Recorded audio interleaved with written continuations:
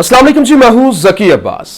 नाज़रीन, मेरे पास दो बड़ी अहम खबरें हैं जो आप तक पहुंचानी है। नंबर वन तो ये कि मौजूदा दौर में सबसे बड़ा जो इस वक्त तनाज़ा बना हुआ था इमरान खान की हुकूमत को हटाने के हवाले से, वो था आर्मी चीफ की तैनाती। और इस बात की तस्दीक उस वक्त हुई जब गुज़श्ता रोज बीबीसी को ख्वाजा आसिफ की जानिब से इंटरव्यू दिया गया और पता चला कि आर्मी चीफ की तैनाती को लेकर यह एक बड़ा इशू था जिसकी बिना पर इमरान खान को हटाया गया।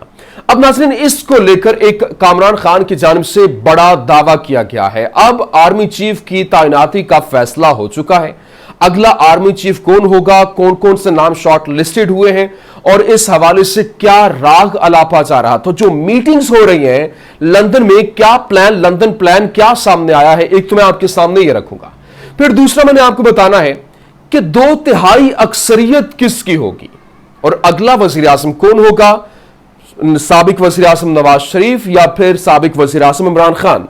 अब यह भी एक बड़ा फैसला जो है वो सामने आ गया है, क्योंकि इस वक्त जो हालात बने हुए हैं उन हालात की नजाकत को देखते हुए इमरान खान की जानिब से कुछ स्टेटमेंट सामने आई और साथ ही साथ मरियम नवाज की जानिब से भी इसके ऊपर बड़ा दो टोक मौकिफ जो है वो दिया गया, जिसके ऊपर 2/3 अक्सरियत की बात की गई है। अब यह मुद्दा क्या है, मामला क्या है, दूसरा मैंने आपके सामने ये रखना है। मेरी गुजारिश आपसे यह है कि वीडियो को आखिर तक देखिएगा। जो हमारे चैनल पर नए हैं उनसे भी गुजारिश है कि चैनल को सब्सक्राइब कर लीजिए, बेल के बटन को भी दबा लीजिए ताकि हमारी हर नई आने वाली वीडियो आप तक बर वक्त पहुंच सके। अच्छा, तो नाज़रीन, सबसे पहले बात कर लेते हैं इस वक्त जो लंदन प्लान के हवाले से जो मुलाकातों का सिलसिला जारी है। आपको याद है कि जो साबिक सदर आसिफ अली जरदारी हैं वो तो ये सीधी सीधी बात करते हैं। वो कहते हैं कि जी हमारा कोई आर्मी चीफ की तैनाती के हवाले से लेना देना ही नहीं है। हम तो सीधी सीधी बात है कि इस वक्त हम मौजूदा हालात के अंदर इलेक्शन की तरफ फिलफोर नहीं जा सकते। हम इंतखाबी इस्लाहात करेंगे, उसके बाद जो है वो फिर इलेक्शन की तरफ जाएंगे और जो नई हुकूमत आएगी उसका ये मामला होगा, जो भी सिलसिला है वो नए आर्मी चीफ की तैनाती को लेकर। लेकिन नाज़रीन गिरामी, ये इनके इंतखाबी इस्लाहात क्या हैं? वो ईवीएम इलेक्ट्रॉनिक वोटिंग मशीन को खत्म करना चाहते हैं, बैरून मुल्क जो पाकिस्तानी हैं उनके वोट का हक छीनना चाहते हैं और फिर वही पुरानी डगर के ऊपर एक एक बंदा 10-10 वोट 20-20 वोट डाले, इनका वो इरादा है। लेकिन अब यहां पर अवाम के सामने तो ये चूरन बेचा जा रहा है। लेकिन खबर यह है जो कि यूं कह लें कि जो कामरान खान हैं, बड़े सीनियर सहाफी हैं, उनकी जानिब से खबर दी गई है, उनकी जानिब से बड़ा दावा किया गया है। उन्होंने कहा है कि अब इत्तलान अर्ज है कि आसिफ अली जरदारी और नवाज शरीफ इस वक्त आर्मी चीफ की तैनाती कर रहे हैं। अब नाज़रीन गिरामी, ये बहुत बड़ी खबर है। कामरान खान के बारे में मशहूर है कि उनके बड़े डीप जो है वो सोर्सेज हैं, बड़े गहरे सोर्सेज हैं।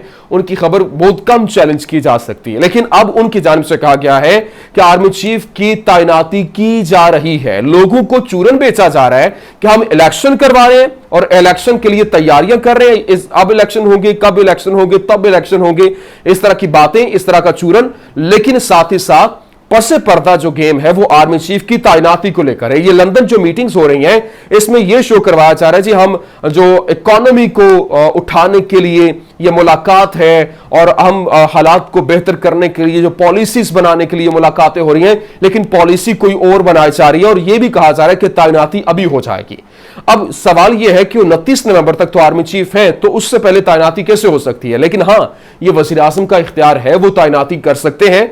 29 तारीख तक बेशक वो आर्मी चीफ रहेंगे, लेकिन इससे पहले भी तैनाती हो सकती है। और यह भी जो कामरान खान की जानिब से कहा गया कि नाम शॉर्टलिस्ट कर दिए गए हैं। ये तो आपके सामने एक मैंने खबर रख दी। अब नाज़रीन गिरामी, दूसरी तरफ आ जाए, जो इस वक्त मरियम नवाज हैं, उन्होंने आज मीडिया टॉक भी की और मीडिया टॉक के दौरान उनसे कुछ सवालात किए गए।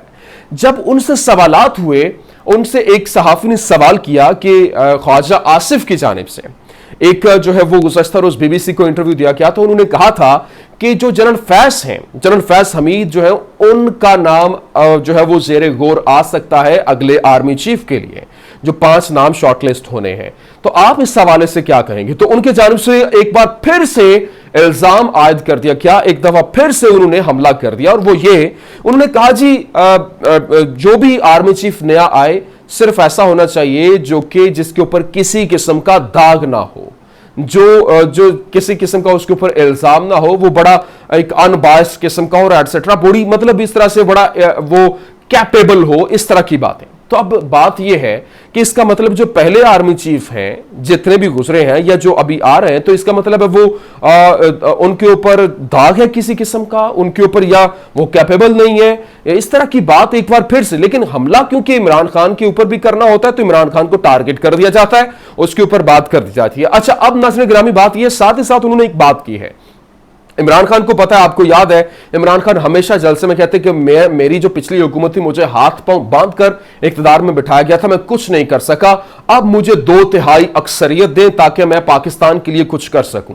अब ये बात समझ आती है क्योंकि इमरान खान के जो अशारिये हैं, वो 3.5 साल में जो उसने काम किए हैं, वो उनकी जो अगर उनको गिना जाए, आपकी माइशत को लेकर, आपके जो रेमिटेंसेस को लेकर, आपके जो एक्सपोर्ट्स को लेकर, इस हवाले से आपके रिजर्व्स को लेकर जो चीजें सामने आती हैं, वो बड़े अच्छे अशारिये थे। लेकिन अगर 2/3 अक्सरियत होती तो इसका मतलब है कि कुछ हालात और तरह के होते। लेकिन अब इमरान खान 2/3 अक्सरियत मांग रहा है। वो कह रहे हैं कि मुझे 2/3 अक्सरियत दें ताकि मैं कानून साजी कर सकूं, ताकि मैं मामलात को अच्छे तरीके से डील कर सकूं और पाकिस्तान के लिए कुछ कर सकूं। एक तरफ तो इमरान खान ये कह रहा है, दूसरी तरफ मरियम नवाज साहिबा की जानिब से एक बार फिर से जब भी वो बात करती है, वो ये कहती हैं, जलसों में भी उन्होंने ये बात की, उन्होंने कहा कि आप नवाज शरीफ को 2/3 अक्सरियत दें ताकि हम आपके लिए कुछ कर सकें, क्योंकि उनको पता चल चुका है कि अगर मखलूत हुकूमत में रहते हुए वो कुछ नहीं कर सकते। और इसी बिना पर उनकी जानिब से यही बात की गई है कि फिल फॉर इलेक्शन की तरफ जाया जाए और इलेक्शन में 2/3 अक्सरियत की बात करती हैं वो, कि 2/3 अक्सरियत लेकर वो आए। नवाज शरीफ को अब 2/3 अक्सरियत दें ताकि मुल्क के लिए कुछ कर सके और अपने मुल्क के लिए, मुल्क को इन बहरानों से निकाल सके, मुल्क के मुस्तकबिल का फैसला कर सके। अच्छा, अब नाज़रीन गिरामी सवाल यह है, मरियम साहिबा ने तो यह बात कर दी है, लेकिन इत्तलान अर्ज है, अब मैं आपके सामने कुछ 2-3 पॉइंट्स रख देता हूं। जो नवाज शरीफ साहब हैं उनको देखें तो नवाज शरीफ साहब पहले वो 3 दफा वज़ीर आज़म बन चुके हैं। 2 दफा उनके पास सादा अक्सरियत थी, 1 दफा वो 2/3 अक्सरियत उनके पास थी। तो अब उनके पास जब वो 3 दफा 3 टेन्योर वो हासिल कर चुके हैं, 3 दफा वो वज़ीर आज़म बन चुके हैं, उस वक्त उन्होंने मुल्क को बहरानों से क्यों नहीं निकाला?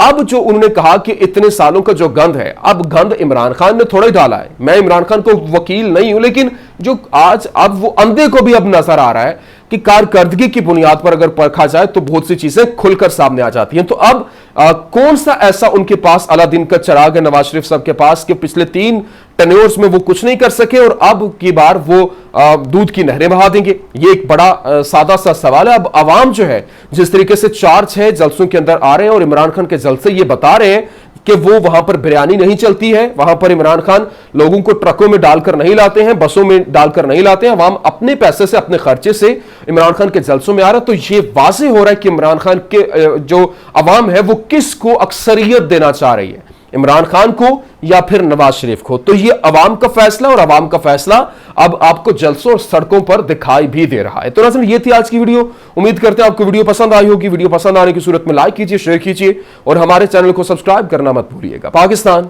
जिंदाबाद।